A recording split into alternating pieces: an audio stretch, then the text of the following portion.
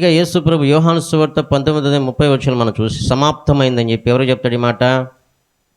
తండ్రితో చెప్తాడండి. అసలు నేను చెప్పలేదు ఎవరికి చెప్తానని, బట్ నాకు డౌట్స్ రేజ్ అయ్యాయి. ఇప్పుడు మనకి ఏదైనా సందేహాలు ఉండి తీర్చుకుంటే మనకి దేవుడి మీద ఒక క్లారిటీ ఉంటుంది. ఎవరు ఇప్పుడు ఇప్పుడు నమ్మి తెలుసు, ఉంది కదా, చూసి నమ్మిన వాళ్ళు ఉంటారు, చూడక నమ్మిన వాళ్ళు ఉంటారు. నాదేం మైండ్ సెట్ అంటే అన్నీ తెలుసుకొని నాకు ఇంకా క్లారిటీ ఉండాలి దేవుడి మీద. ఒక దేవుడిని నమ్ముతున్నాం అంటే మనకి దేవుడి గురించి తెలిసి ఉండాలి. ఆయన ఏం శక్తి, ఆయన ఏం కార్యాలు చేస్తాడు అవన్నీ మనకు తెలిసి ఉండాలి. నేను చెప్పాలనుకున్న మాట ఏంటంటే 6వ మాట చెప్దాం అనుకుంటున్నాను, సమాప్తమైనది అని. యోహాను రాసిన సువార్త 19:30 సమాప్తమైనదని చెప్పి తల వంచి ఆత్మను అప్పగించాను అని ఉంటుంది. సమాప్తమైనది అనే ఆ మాట ఇప్పుడు ఆయన చెప్పొచ్చు ఇప్పుడు ఏమని, నేను సమాప్తం చేశాను అని. మాట రాసుకున్నాను నేను, అంటే నాకు వచ్చిన తలంపులు రాసుకున్నాను. ఆయన ఏమన్నాడంటే నేను సమాప్తం చేశానని అని చెప్పలే, ఆయన సమాప్తం అయినది అని అంటాడు. ఇట్ ఈస్ ఫినిష్డ్ అంటే దేవుడి కార్యం జరిగింది అని. మన పాపాలకి మనం చేసిన అన్నిటికీ ఆయన నీ చేసి అది ఆయన ఆత్మను అప్పగించుకోవడం సమాప్తమైనదని చెప్తాడు. ఇది నేను జస్ట్ చెప్పాలనుకుంది ఈ మాటలు ఒకటే, సమాప్తమైనదాని గురించి. కానీ నాకు వేసిన డౌట్స్ ఏంటంటే, ఇప్పుడు యేసు ప్రభుని మనం బైబిల్లో ఇంట్రడక్షన్ ఎప్పుడు చేస్తారంటే 33 సంవత్సరాల తర్వాత. 30 సంవత్సరాలు సిలివేస్తారు, బట్ ఆ ఇంట్రడక్షన్ ఎప్పుడైంది? బాప్తిసం తీసుకొని స్టార్టింగ్ వస్తారు. కానీ ఇంతకు ముందు 30 ఏళ్ళ కిందకు ముందు యేసుప్రభు ఏం చేసేవాళ్ళు? ఎప్పుడైనా డౌట్ రేస్ అయింది? ఇప్పుడు నాకు 20 ఏళ్ళు, నా ఏజ్లో యేసుప్రభు ఏం చేస్తుంటాడు? నా వయసులో అంటే 10 ఏళ్ళు, 12 ఏళ్ళు, 25 ఏళ్ళు, 29 ఏళ్ళు, ఈ టైంలో యేసుప్రభు ఏం చేసి ఉంటారు? మనకి యేసుప్రభు వచ్చింది ఎప్పుడు? ఆయన జరిగింది 3.5 సంవత్సరం సువార్త ప్రకటిస్తాడు కదా. బట్ దీని కిందట అంటే బిఫోర్ ఏం జరిగి ఉంటుంది? యేసుప్రభు ఎలా జీవించుంటాడు? బట్ నేను ఆలోచిస్తున్నప్పుడు ఎన్ని థాట్స్ వస్తున్నాయి నాకు.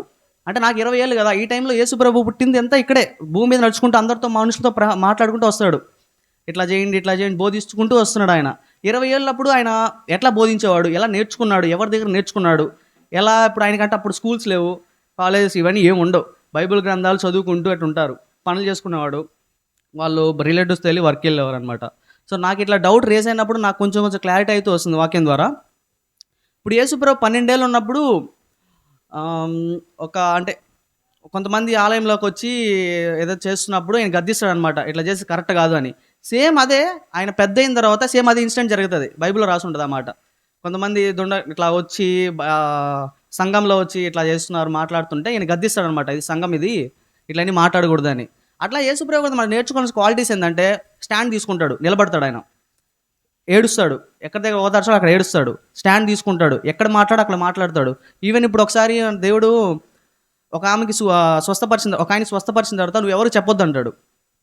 రీజన్ ఏంటంటే ఆయన తెలుసు ఇప్పుడు ఆయన చెప్పడం వల్ల ఏంటంటే ఆయనకి ఎవరెవరు వచ్చి మాట్లాడతారు, పెద్ద ఏం ఉండదు, కానీ ఆయన చేయాలనుకున్న సేవ చేయలేడు అనమాట. అట్లా ఎవరి దగ్గర ఏం మాట్లాడాలి, ఎవరి ముందు ఎవరికి ఎట్లా చెప్తే అర్థమవుతుంది, ఉపమాన రీతిగా చెప్తాడు దేవుడు. ఇప్పుడు ఎవరికి ఎట్లా చెప్పాలి అర్థమవుతుంది. ఇప్పుడు కొంతమంది దగ్గరికి వచ్చి హృదయశుద్ధాలు ధనులు దేవుని చూచేది, ఎవరికి ఎట్లా చెప్పాలి? ఇప్పుడు వాళ్ళ శిష్యులకి ఎట్లా చెప్తాడంటే, మీరు ఇట్లా వెళ్తున్నారు, నా మాటలు వింటున్నారు, కొంతమంది మిమ్మల్ని దూషిస్తారు, ఇట్లా చేస్తారు. ఆయన 20 ఏళ్ళకు ముందే ఏంటంటే ఒక ఎక్స్పీరియన్స్ ఉంది ఆయనకి సేవలో. ఇట్లా ఉంటుంది నాయన, ఇట్లా పోతే ఇట్లా మాట్లాడతారు, ఇట్లా చేస్తే ఇట్లా మాట్లాడతారు, మీరు ఎవరి దగ్గర ఎట్లా ఉండాలి అట్లా ఉండండి అని ముందుగా ఇన్స్ట్రక్షన్ ఇస్తాడు శిష్యులకి. అట్లా చెప్పడం కానీ ఆయన మాట తీరు కానీ ఎవరు దూషిస్తాడు కానీ ఎవరు మాట్లాడు, మంచిగా చెప్తాడనమాట. ఇవన్నీ మనం నేర్చుకోవాలి. నేను నేర్చుకుంటాను, బట్ ఎవరి దగ్గర ఇప్పుడు ఎవరైనా కానీ చనిపోతే ఏడుస్తాడు కదా యేసుప్రభు అని. ఏడుపు అంటే ఇవన్నీ ఒక మానవ స్వభావం, అది మానవ స్వభావంగా ఏడవడం కానీ దేవుడి మాటలు చెప్పడం కానీ. ఆయన ఇప్పుడు ఒక దగ్గర ఏమో జరగద్దంటే ఆయన మాటలు చెప్తా ఉంటాడు, శిష్యులందరూ ఇంకా చెప్పు దేవా ఏమో చెప్పండి, మీ వెంట వస్తానంటే మీరు రావద్దు, నేను పోతాను. ఇట్లా ఒక డెసిషన్ అనమాట మన లైఫ్లో మనం కూడా తీసుకోవాలి.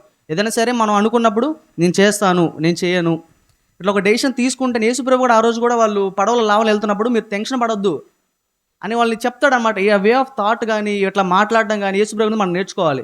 ఎక్కడ ఏం మాట్లాడాలి, ఎవరితో ఎట్లా మాట్లాడాలి, ఎక్కడ మనం బిహేవ్ చేయాలి, ఇవన్నీ ఏంటంటే ఆయన 20-30 సేవకు రాకముందు చూసాడు ఇవన్నీ.